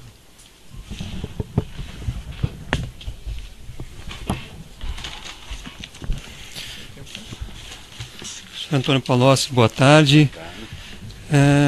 O senhor poderia explicar o período em que o senhor participou do Conselho de Administração da Petrobras? Foi início de 2003 até fim de março de 2006. Certo. E o senhor pode esclarecer como é que funcionava esse órgão? Se era um órgão composto com quantas pessoas? Se eram todos indicados pelo governo? Se havia conselheiros independentes? Havia membros indicados pelo governo, normalmente ministros. Havia o presidente da Petrobras, primeiro o doutor Dutra no nosso governo, depois o doutor Gabriel, depois a doutora Graça. E havia, sim, membros representantes dos minoritários, que normalmente eram empresários. Então chegaram a passar por lá Fábio Barbosa, presidente do ABNAM, o Jorge Gerdau, presidente da empresa de mesmo nome, o Dr. Sondas, de uma rede de varejo do Rio de Janeiro, o Dr. Roger Agnelli, presidente da Vale do Ribeiro. Não tem necessidade de detalhamento. Eu pediria, excelência, se o ministro Palocci pudesse descrever, continuar a descrição. Não tem relevância esse detalhamento. Tata máxima vênia, nós estamos falando aqui de um conselho de administração que foi mencionado. Eu ouvi atentamente as perguntas que foram formuladas e para a defesa é importante que seja feito o registro. Junto à Petrobras o registro do nome dos conselheiros de administração. Tudo bem, mas o senhor Antônio Palocci está se dispondo aqui a relatar, até porque haverá perguntas. A questão está indeferida, mas pode prosseguir a próxima. Certo. Então, certo? Com os protestos da defesa, evidentemente. Doutor Antônio Palocci, o senhor, a indicação de membros para a diretoria da Petrobras era uma atribuição do Conselho de Administração da companhia? Não, depende do membro. O membro do governo é a atribuição do governo. O Conselho de Administração dava o aval e, na verdade, a Assembleia da empresa que nomeava de fato. O conselho fazia provisoriamente, depois a assembleia da empresa nomeava. Normalmente os membros do governo, era o governo que indicava, os membros dos minoritários, os minoritários se entendiam e faziam indicações de nomes de mercado. O senhor tem certeza disso? Sim. O senhor conhece o estatuto da Petrobras, sabe das atribuições do Conselho de Administração? Sim. E o senhor, pelo que o senhor está afirmando, não era atribuição do Conselho nomear os diretores da Petrobras? Não, os diretores eram indicados no Conselho e passavam pela Assembleia da Petrobras também. Estou enganado? Só um esclarecimento que estou pedindo ao senhor. Posso estar enganado. Em relação aos nomes de Paulo Roberto Costa, Nestor Severo, Renato Duque, eles foram indicados e nomeados por unanimidade pelo Conselho de Administração ou houve divergência em relação a essas nomeações? Não lembro de divergências. Então, também os conselheiros nomeados pelos minoritários e funcionários aprovaram esses nomes? Acredito que sim, não me lembro de divergência. Correto. Além dessa nomeação de diretores, o Conselho também examinava contratos que eram firmados pela empresa a partir de um determinado valor? Sim. Tinha limite de valor, abaixo dele o Conselho não tomava conhecimento, acima dele o Conselho tomava conhecimento. Correto. Aqui a denúncia faz referência a 8 contratos que foram firmados pela Petrobras. Eu não sei se o senhor tem conhecimento desses 8 contratos, mas eu vou apenas para lembrá-lo. O primeiro é o consórcio Compar, o segundo é o consórcio Refinaria Abreu e Lima, o terceiro é o consórcio Terraplanagem Compege, o quarto é o consórcio Odebei, o quinto é o consórcio Odebei Plangás, o sexto é o consórcio Odebei Odetec, o sétimo o sexto é o consórcio Odebei Flé, o sétimo é o consórcio Odetec e o oitavo é o consórcio Rio Paraguaçu. O senhor se recorda se esses contratos foram aprovados pelo Conselho de Administração da Petrobras? Não me recordo. Me recordo de alguns desses projetos, mas não me recordo qual passou, quando passou. Certo, mas eram discutidos. O senhor se recorda que esses contratos foram discutidos no âmbito do Conselho? No âmbito do Conselho, ou pelo menos de outros ambientes que eu participava. Esses contratos eram conhecidos. Com o Perja é um contrato conhecidíssimo. Correto. Então, não era atribuição exclusiva de um diretor firmar um contrato como esse. Havia necessidade de uma discussão diante de contratos dessa magnitude no âmbito do Conselho. Nem sempre.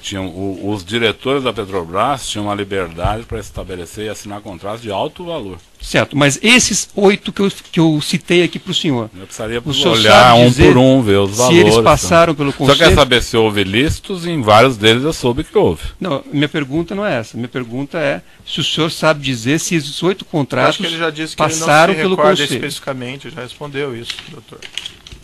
Certo? Então pode ir para a próxima pergunta. O senhor sabe dizer, se o senhor não sabe todos, ao menos alguns o senhor se recorda se passaram pelo Conselho de Administração? Ele também já respondeu essa questão, pode passar para o próximo. Me parece que não, excelência. Sim, respondeu, doutor. Se eu quiser responder, eu realmente não me recordo. Eu recordo de ter falado sobre esses projetos, que alguns deles, como o Comperge, eram muito famosos. Então falei em vários ambientes sobre ele, mas não me lembro se foi no Conselho. Acredito que o Comperge possa ter sido discutido no Conselho, mas não tenho certeza. Correto. O senhor, como membro do Conselho de Administração da Petrobras, o senhor se recorda das estruturas de controle que a companhia dispunha à época em que o senhor participava? Sim. O senhor pode descrever, ainda que objetivamente? Existiu o Conselho Fiscal, existiu um conselho nomeado por nós, do próprio Conselho de Administração, presidido pelo Fábio Barbosa, que fez um trabalho específico de fazer uma avaliação mais profunda sobre os procedimentos internos da empresa, o sistema de compliance e sugestões para melhor adequar a empresa. Isso existiu. Correto. E esses contratos aqui foram objeto de análise desses sistemas de controle também? Não necessariamente. O senhor sabe dizer se algum deles foi? Não sei dizer. O senhor sabe se a Petrobras dispunha de auditorias internas e auditorias externas? Sim. E alguma vez o senhor sabe se foi apontado por essas auditorias qualquer ilícito em relação a esses contratos? A esse que o senhor se referiu? A esses 8 contratos que são objeto da ação penal. Não, nunca vi. Correto. Com relação... O Comperj depois ficou um contrato famoso pelo ilícito. Né? Certo, mas... Ele ganhou fama pelo ilícito, não pelo que ele realizava. Certo, mas o senhor sabe se, durante o período que o senhor estava lá, se as auditorias fizeram algum questionamento em relação a esses contratos? Não me lembro. O senhor se recorda, como membro do governo, se a partir do início do mandato do ex-presidente Lula, a Controladoria Geral da União foi efetivamente implantada e foi dada a ela a competência para também fiscalizar a Petrobras? Ela foi, de fato, fortalecida e ela tinha algumas inserções em relação à Petrobras, isso é verdade. Certo, ela tinha uma atuação também na Petrobras e isso ocorreu no início do governo do presidente Lula.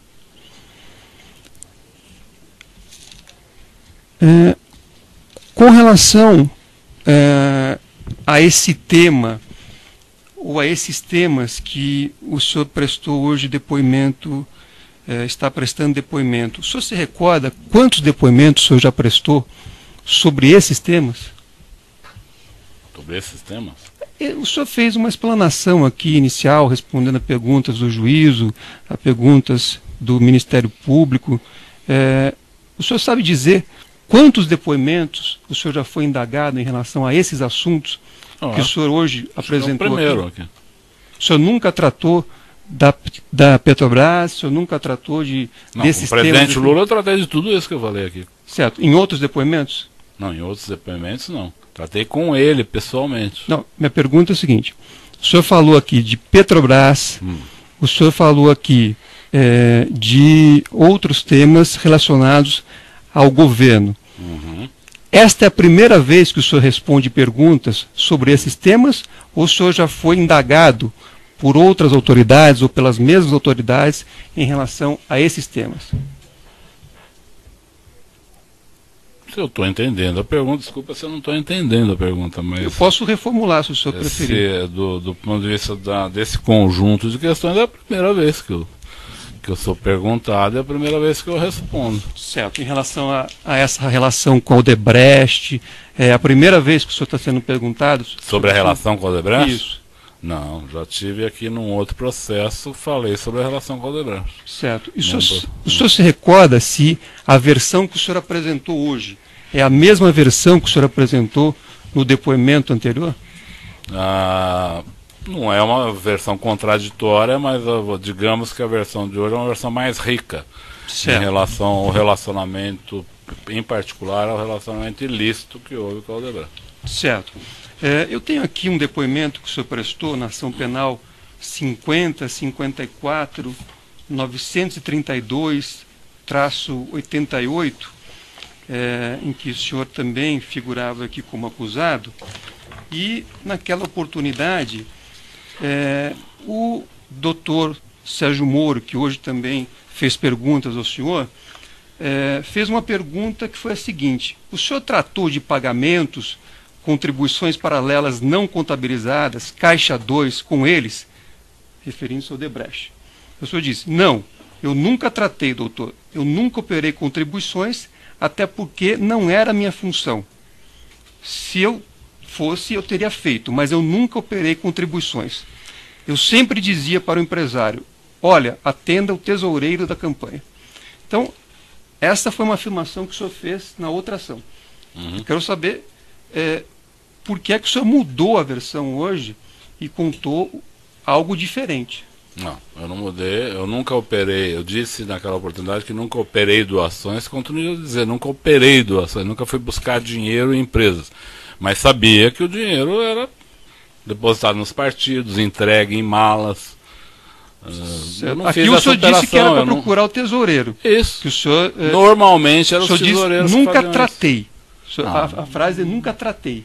Não O senhor sei está se eu mudando neguei, hoje não sei. Pode essa- ser que eu não esteja falando exatamente a mesma palavra. Mas eu digo hoje, eu nunca cheguei para uma empresa e falei, o senhor pode pagar no exterior tal pessoa? Eu nunca falei isso. Porque não me cabia discutir como a empresa ia pagar.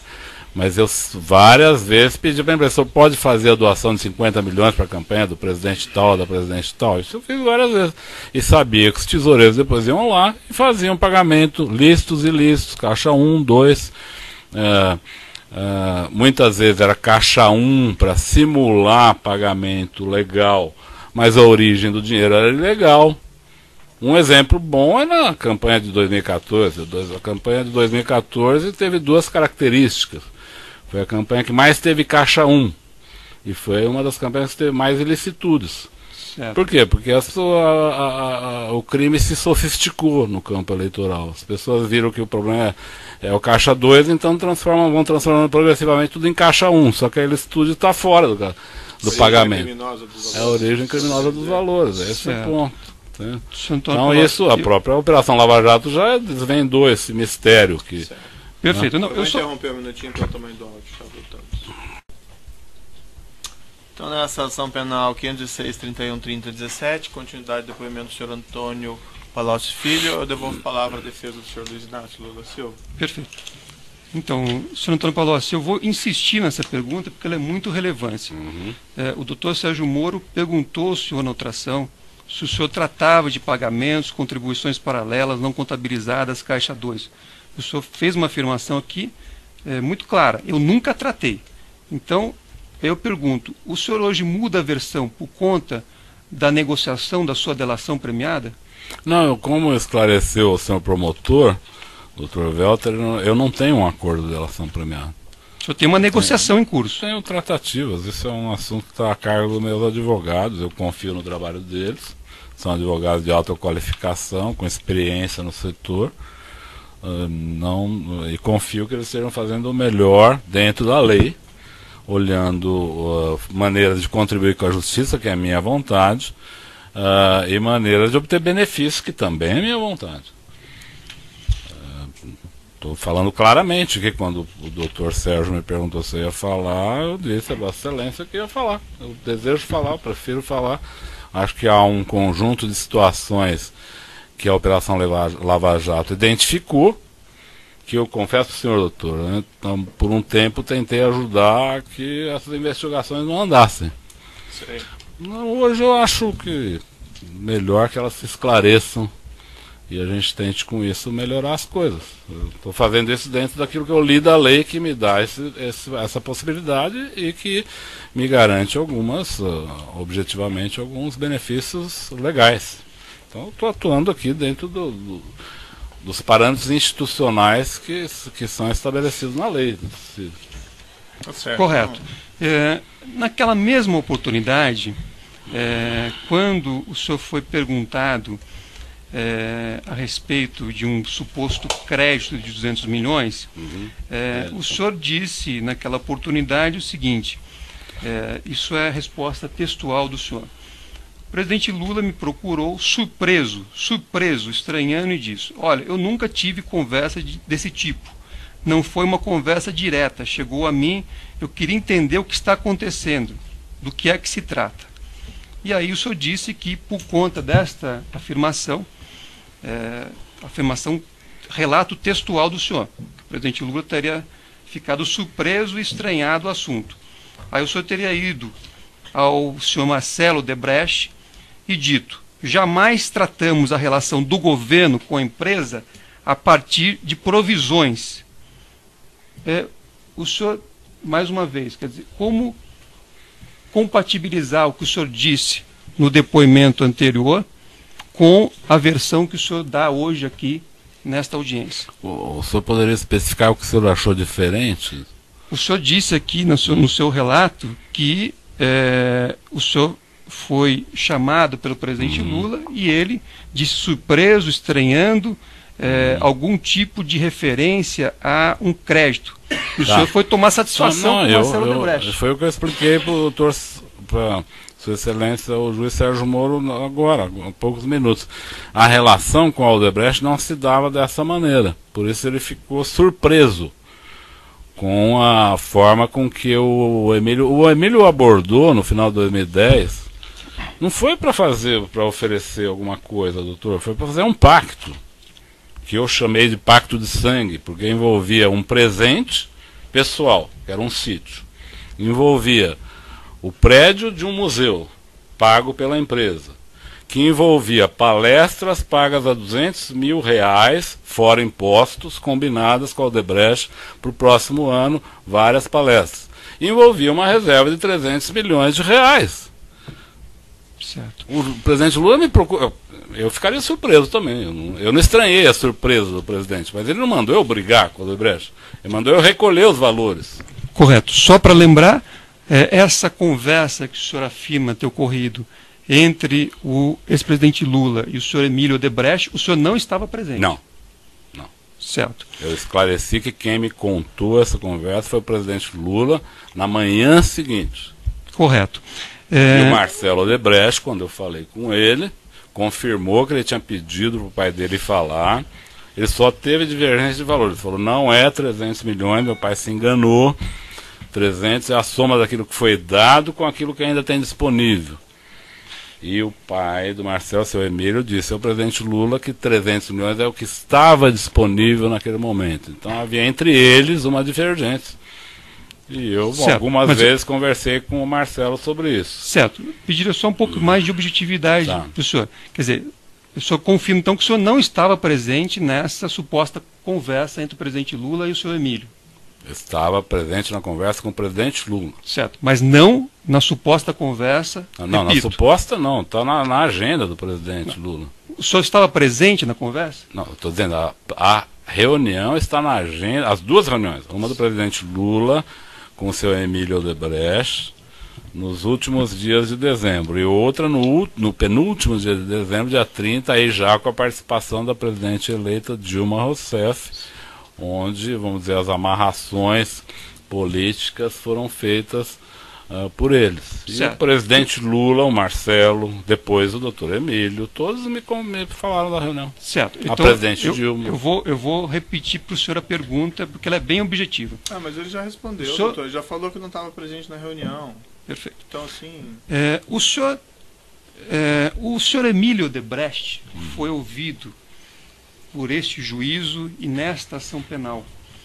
E quando perguntado a respeito do tema, o senhor Emílio afirmou peremptoriamente que não tratou desse assunto com o ex-presidente Lula. Ele foi ouvido na condição de testemunha e colaborador, portanto com duplo dever desse assunto da verdade. Doutor, para o doutor especificar. O senhor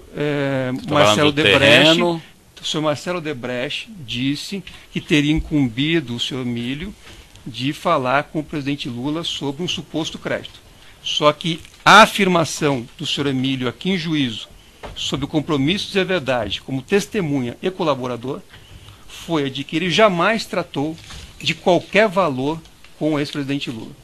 Então, queria saber se o senhor está dizendo a verdade aqui como o acusado da ação, ou se o seu Emílio Odebrecht, como testemunha, falou a verdade, porque as versões são antagônicas. Eu não vi o depoimento do doutor Emílio. Eu vi um depoimento do doutor Emílio no seu processo de colaboração, que ele afirma que uma das coisas que ele foi fazer nessa reunião foi levar a notícia da conclusão do sítio, da obra do sítio. Isso ele mesmo fala num depoimento que eu vi na televisão. Certo, mas nesta ação penal ele fez a afirmação categórica de que jamais tratou desse tema ou de valores com o ex-presidente Lula.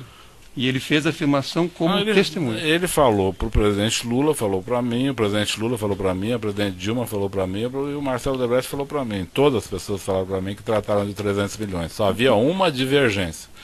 Se eram 300 milhões disponíveis, ou, segundo o Marcelo, que era um pouco mais contido nesses valores, que os 300 milhões não eram disponíveis, eram 150 milhões disponíveis, 150 milhões pagos. E eu que não queria ter contas com a Odebrecht. Insisto, doutor, não por santidade. Eu achava que não devia ter conta corrente, eu achava que devia continuar uma relação de confiança, onde a gente buscava os recursos quando era necessário. Eu tinha essa posição, essa postura. Assim como no terreno. Eu não queria fazer aquela compra toda complicada, eu queria fazer uma compra simples, mas queria fazer. Certo. Mais alguma pergunta? Sim. Então, quero dizer, o senhor Emílio teria mentido no depoimento que prestou perante esse juízo? Eu não vi o depoimento, doutor. Eu não posso dizer se ele mentiu ou se não mentiu. Ele pode ter esquecido. Certo. Não acredito que ele tenha mentido. Perfeito. Mas provável que ele tenha esquecido, ele tenha se confundido a reunião, porque não era isso que eu quero lhe dizer. E eu já disse aqui, não era prática, doutor Emílio, tratar de reservas de recursos com o presidente Lula. Não era prática. Eu tive em dezenas de reuniões com eles, esse assunto não era a pauta das reuniões, mas nessa foi. Esse foi o espanto do presidente Lula. Não o espanto de ter disponível 300 milhões. Ele gostou disso, tanto é que na segunda vez falou que o doutor Emílio tinha confirmado os 300 e que poderia ser mais, para eu cuidar disso. Não é para cuidar do espanto dele, é para cuidar do dinheiro. Certo. Mas eu reforço aqui o depoimento que o doutor Emílio deu e... Doutor, daí para questionar o depoimento do acusado aqui, pode ser confrontado depois, mas ele não pode responder pelo depoimento do outro, do que o outro falou, que o outro não falou, se o outro mentiu, se o outro falou a verdade ou não. Então vamos adiante. Correto. O senhor sabe dizer qual era o relacionamento do senhor Marcelo Odebrecht com o ex-presidente Lula? O senhor sabe dizer se eles tinham um bom relacionamento ou não? Normal, mas pouco frequente. Com relação a esse imóvel da rua Abebeque Brandão, o senhor disse aqui que qual era a vinculação dele em relação ao Instituto Lula? Quer dizer, por que é que a Odebrecht estaria envolvida na compra deste imóvel? Porque o Dr. Bonlai e o Dr. Roberto Teixeira sabiam que a Odebrecht era uma colaboradora. Colaboradora talvez seja uma palavra... Senhor, desculpa, às vezes eu sou 30 anos treinado para falar dessa forma, mas que a Odebrecht dava propinas frequentes ao presidente Lula e ao PT. Como se tratava de pagamento de uma propina, ela achou que a Odebrecht poderia pagar esse terreno. Eu imagino que seja isso, porque o Bonlai foi falar comigo, não foi para me convidar para visitar o prédio, foi para eu pedir o dinheiro para o Marcelo Odebrecht, porque ele sabia que eu conversava com o Marcelo Odebrecht sobre essas coisas. Certo. E o senhor sabe dizer qual é a relação desse imóvel com esses 8 contratos que eu citei aqui no início das minhas perguntas? Isso aí. É assim, a empresa trabalha com a Petrobras. A Petrobras dá vantagens para a empresa. Com essas vantagens, a empresa cria uma conta para destinar aos políticos que a apoiaram. O presidente mantém lá diretores que apoiam a empresa, para dar a ela contratos. Esses contratos geram dinheiro, ela faz seus gastos, compra seus presentes, remunera seus diretores, paga seus funcionários e reservam dinheiro. Algumas criam operações estruturadas, outras criam caixa 2, outras criam doleiros. E com esse dinheiro pagam propina aos políticos. Assim. Certo. Isso aconteceu. O senhor Marcelo Odebrecht prestou depoimento aqui também antes do senhor. E o senhor Marcelo Odebrecht disse que ele não teve nenhuma participação, jamais negociou esses 8 contratos, jamais atuou. E mais, disse que a compra desse terreno não teria nenhuma vinculação com esses 8 contratos. Então eu pergunto mais uma vez, quem está falando a verdade? É o senhor Marcelo ou é o senhor? O senhor Marcelo não falou exatamente isso que o senhor está falando. E como eu disse, o acusado responde sobre o depoimento dele, os fatos que ele sabe, não sobre o que o outro falou. Mas eu não teria problema. Não, mas eu acho que é inapropriado. Estou à sua disposição. O doutor pode pegar lá no Indagações Finais, confrontar os depoimentos, questionar, mas que o outro falou, que o outro não sei o quê.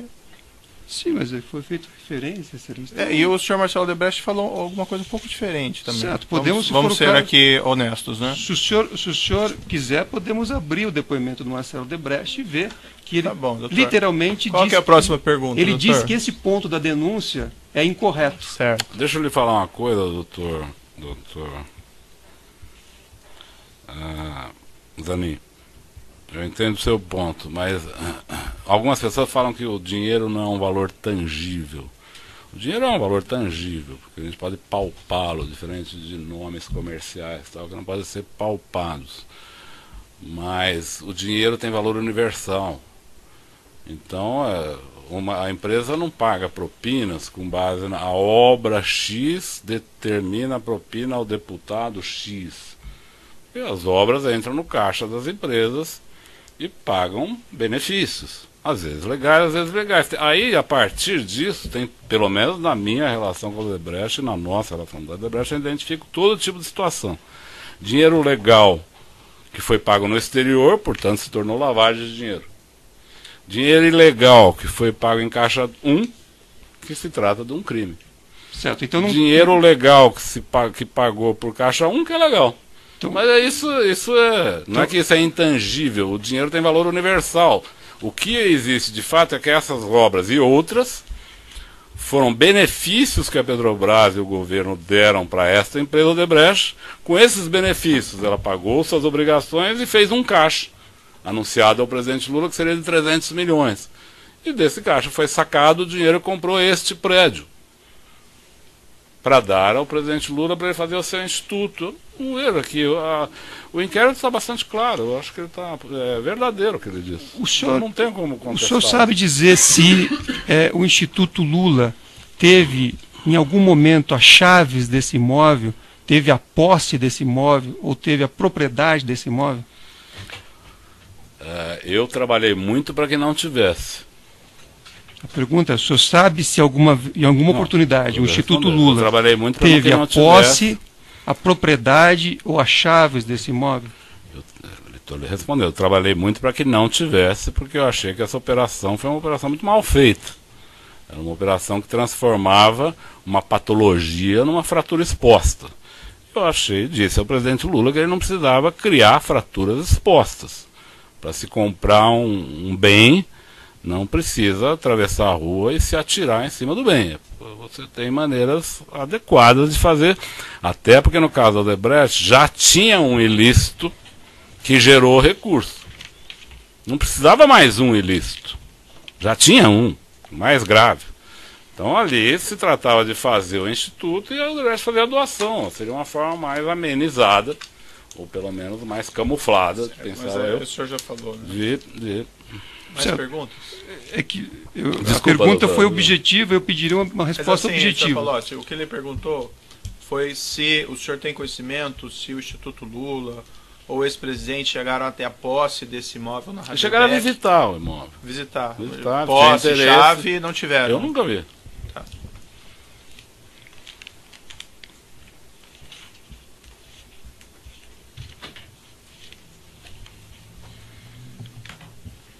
Aí, como eu lhe disse, a Odebrecht começou a estudar outros locais. Não, mas e estudou o próprio local atual. Né? Entrar nessa questão. Certo. Não tem mais perguntas, senhores. Perfeito. Seguindo aqui na ordem, a defesa de Paulo Melo. A defesa de Roberto Teixeira.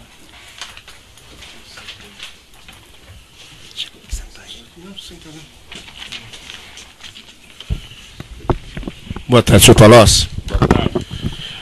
Só para entender bem, que para mim, confesso, não ficou muito claro. O senhor disse que teve, pelo que eu entendi, um único encontro com o advogado Roberto Teixeira, tá certo? E se eu entendi bem, esse encontro foi posterior à aquisição desse imóvel pela DAG, é isso? Exatamente. Esse encontro foi aonde? Na casa do presidente Lula, em São Bernardo. Quem que estava nesse encontro? Presidente Lula, Dona Marisa, doutor Roberto Teixeira, doutor Zé Carlos Bonlai, eu e doutor Paulo Akamoto. Acho que não me lembro de outras pessoas. Tá, e nessa reunião, pelo que eu entendi do senhor ter falado, é que ficou decidido que não se usaria o imóvel para o Instituto Lula, é isso? Ficou como um consenso dessa reunião. Eu não sou responsável pelo Sim. Instituto, mas o consenso dessa reunião foi que se aceitou que era inadequado ficar com esse imóvel. Tá bom. Depois Paulo Okamoto, que era presidente do Instituto, daria sequência às tratativas com o Odebrecht sobre isso, mas a reunião ficou entendido que não era uma operação adequada. Tá bom, estou satisfeito, excelência. A defesa de Marcelo Bahia Odebrecht tem perguntas? Tem perguntas? A defesa do próprio acusado tem alguma negação? Sim. Me ocorreu aqui que eu acho que eu não dei a palavra para o de acusação, mas teria perguntas? Perfeito. O senhor só pode esclarecer o seguinte: o senhor mencionou numa sua resposta, tentei ajudar a que não andassem as investigações da Operação Lava Jato juntamente com o ex-presidente? Sim. Em algumas oportunidades, eu me reuni com o ex-presidente Lula e com outras pessoas no sentido de buscar, vamos dizer, criar obstáculos à evolução da Lava Jato. Posso citar casos, se o senhor desejar. Vamos deixar isso, não é objeto específico desse processo, vamos deixar então para uma outra oportunidade essa questão. Pode encerrar então a gravação.